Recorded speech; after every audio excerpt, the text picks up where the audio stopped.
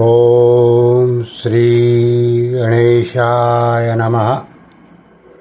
आप सभी दर्शकों का ये आपकी चैनल में हार्दिक स्वागत है।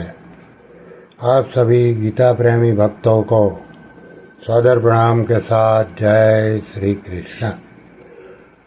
हमारा गीता प्रेम धारा का प्रवाह पहुंचा है अध्याय 18 श्लोक क्रमांक 15।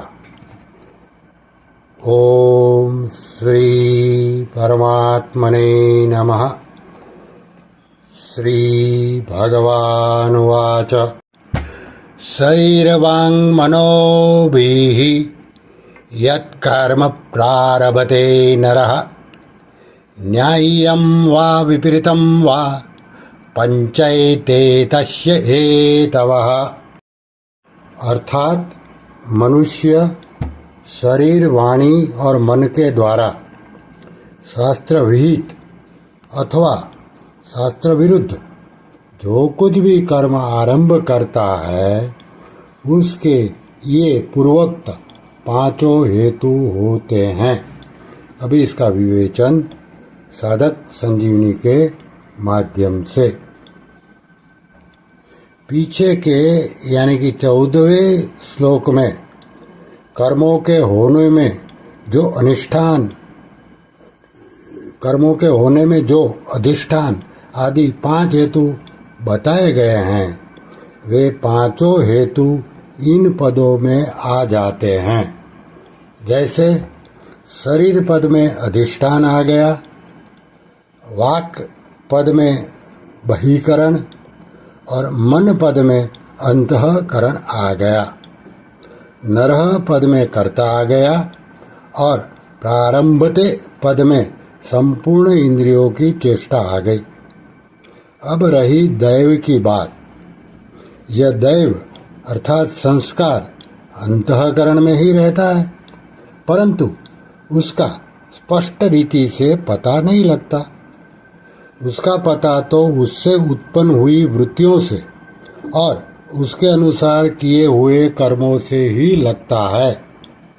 मनुष्य शरीर, वाणी और मन से जो कर्म आरंभ करता है, अर्थात कहीं शरीर की प्रधानता से, कहीं वाणी की प्रधानता से और कहीं मन की प्रधानता से जो कर्म करता है वह चाहे न्याय यानी कि शास्त्र विहित हो, चाहे विपरीत यानी कि शास्त्र विरुद्ध हो, उसमें ये पूर्व श्लोक में आए 5 हेतु होते हैं।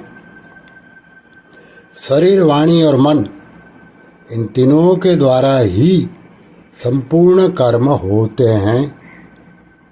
इनके द्वारा किए गए कर्मों को ही कायिक, वाचिक और मानसिक कर्म की संज्ञा दी जाती है।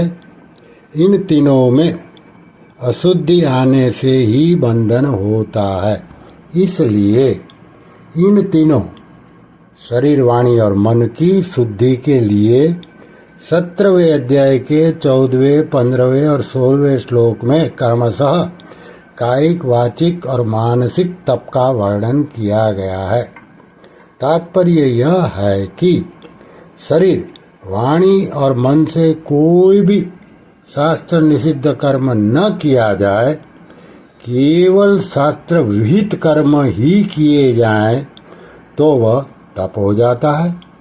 17वें अध्याय के ही 17वें श्लोक में अफलाकांक्षी भी ही पद देकर यह बताया कि निष्काम भाव से किया हुआ तप सात्विक होता है।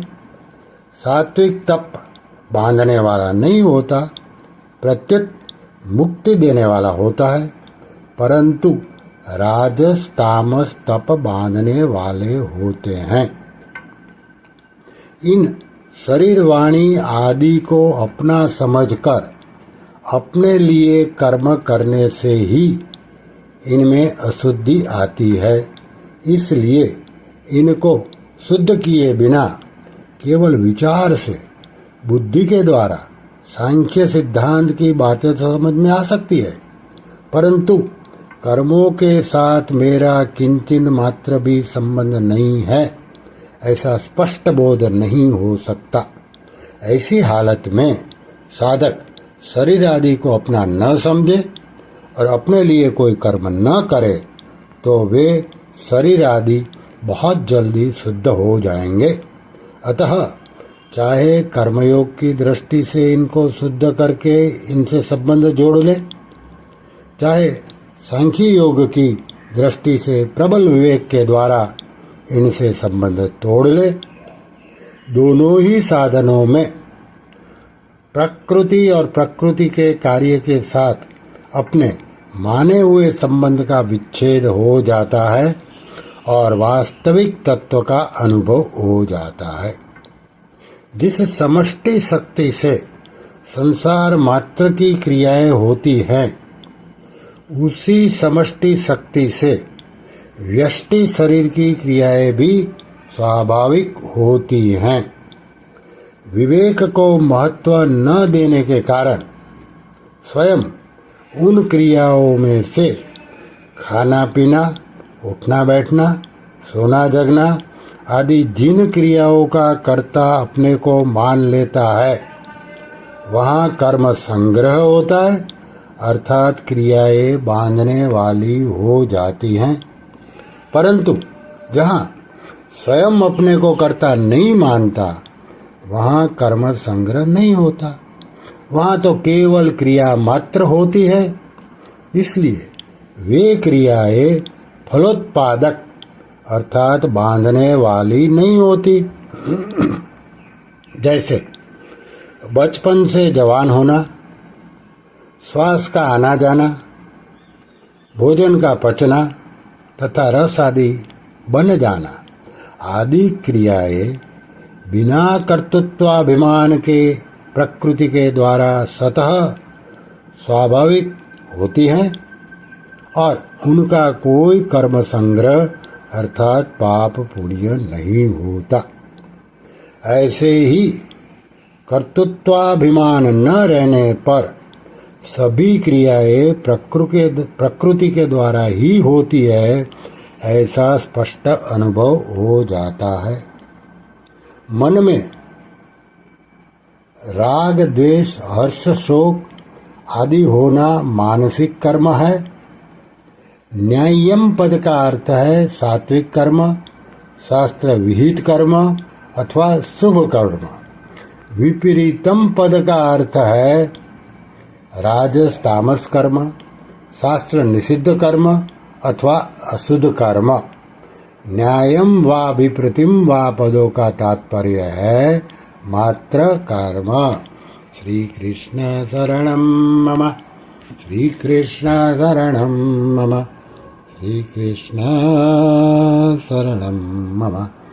ओम श्री कृष्णार्पणमस्तु।